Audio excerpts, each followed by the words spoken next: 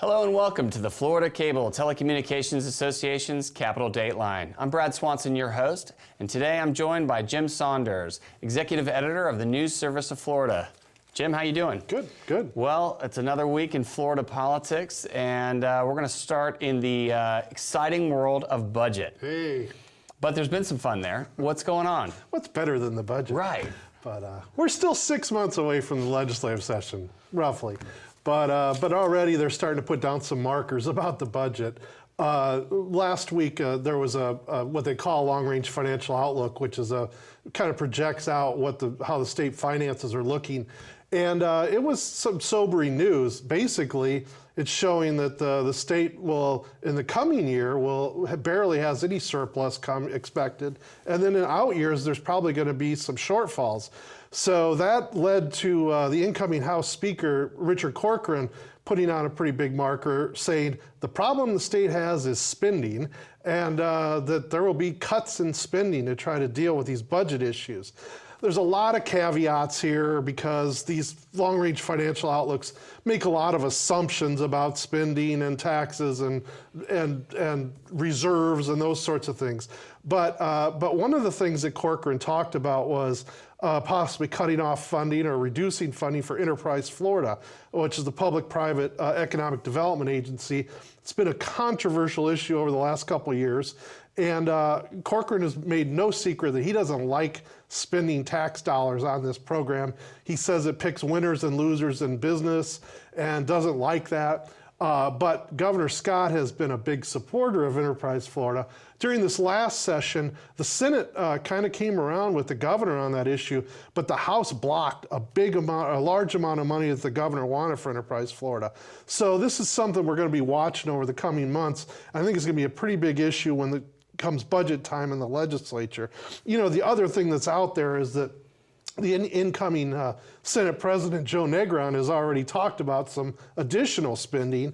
One of his priorities, for instance, is higher education, and he wants some additional money for that. So somehow you have to gather all this up together and try to come up with a budget. So it may make some interesting debate during the legislative session, which starts in March. Well, before we even get to session, we're going to go to the campaigns. Okay, so we'll wait to hear what happens on that issue of Enterprise Florida versus the budget.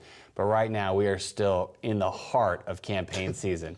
We're going to go to a House race, and I'm going to let you tell the story, but some interesting things happened in recent days in that race, in the Gainesville area. What happened? Well, it's a Senate race, but it's Representative Keith Perry who is running for the Senate against, he's a Republican from Gainesville. He's running against Rod Smith, who's a former senator from that area, also a former Florida Democratic Party chairman.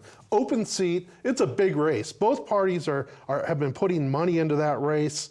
They both see it as an opportunity, but there's been kind of a kerfuffle, if you will, recently with Perry, because it seems that he and his family were on the way back from a University of Florida football game recently and saw a guy taking signs down, including his sign, campaign sign, and there was an altercation. I mean, there's some dispute, but Perry apparently shoved this guy or punched him, or it depends on how you view what happened, because there is video of it. And the guy had filed a criminal complaint against Perry. Perry has quickly moved last week to try to do damage control.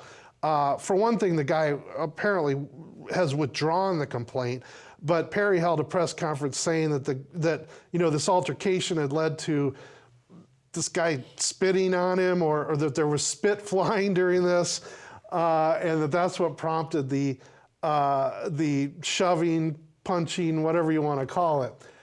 I think the big picture is this is a big race, and this is damaging to Perry. I don't know how, they were doing some serious damage control last week, and so I'm not sure how it will play out in the end. We do have almost 2 months till Election Day, and that's a very competitive district. it has Alachua County, which has Gainesville, which is a Democratic stronghold. But once you get out of Gainesville, it has northern Marion County, it has Putnam County, very conservative rural areas. And Perry has done well in those areas, not in those specific areas, but he's done well in rural areas in his House races. So it'll be interesting to see how all this altercation plays out, whether it goes away. But Perry certainly hopes it goes away, I assume. Sure. All right. Well, so that was definitely front page news for a lot of those of us who follow politics on that Senate race. But now we're going to talk about a bigger race that's front page news across the nation, which is there's no arguing that Florida is the swing state. And why? Because we've got both candidates and their campaign infrastructures here. But most importantly, we've had the Trump campaign front and center in Florida over the past week. Well, I think the emphasis that the Trump campaign is placing on Florida has been evident. Donald Trump was in Miami on Friday. Mike Pence, his running mate, was in the Villages on Saturday. He was in Jacksonville on Sunday. And Trump is on his way back to Estero down around Fort Myers as we speak. So on Monday. So it's, at this point in a presidential campaign, for them to be putting that much time into Florida or any state indicates how important they see that state. I think there's a general consensus that Trump has to win Florida to win.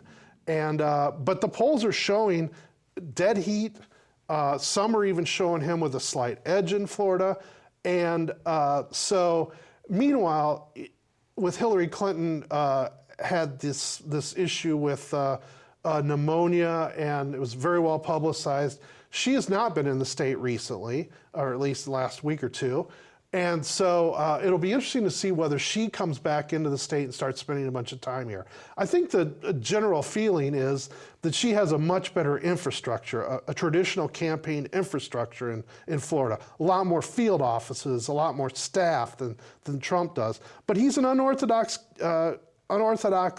campaigner, and his campaign is unorthodox. One thing he recently did was put Susie Wiles in charge of the campaign in Florida. Susie is an old political hand in Florida, including running Governor Rick Scott's 2010 campaign, where he came out of nowhere, almost literally political nowhere, and won the governorship in the state. So, Susie Wiles is someone who knows the state. She knows how to organize the state. She knows how to message. So, that could help Trump overcome some of those sort of structural disadvantages, or that he may have had with Hillary Clinton's campaign. Yeah, well, we'll stay tuned to see what happens in this coming week, and along the lines of Enterprise Florida, the budget, who knows what messages we'll drop this week. So we look forward to talking to you soon and finding out what happens next in Florida politics. Thanks, Jim. That's all the time we have for today's program. For more news, opinion, and the latest up-to-date stories, go to our website, CapitolDatelineOnline.com, or check us out on our Facebook page. Thank you for watching, and have a great day.